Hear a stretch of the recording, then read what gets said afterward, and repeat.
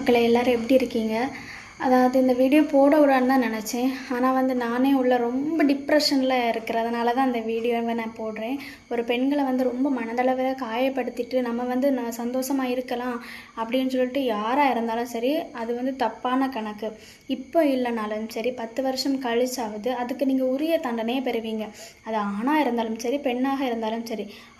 ஆணுக்கும் ஒரு மனசு இருக்குது, பெண்ணுக்கும் ஒரு மனசு இருக்குது. 2 பேர் யாராக இருந்தாலும் சரி, மனசளவில் ரொம்ப யாரையுமே காயப்படுத்தாதீங்க. எதுக்காக நீங்கள் காயப்படுத்துகிறீங்க?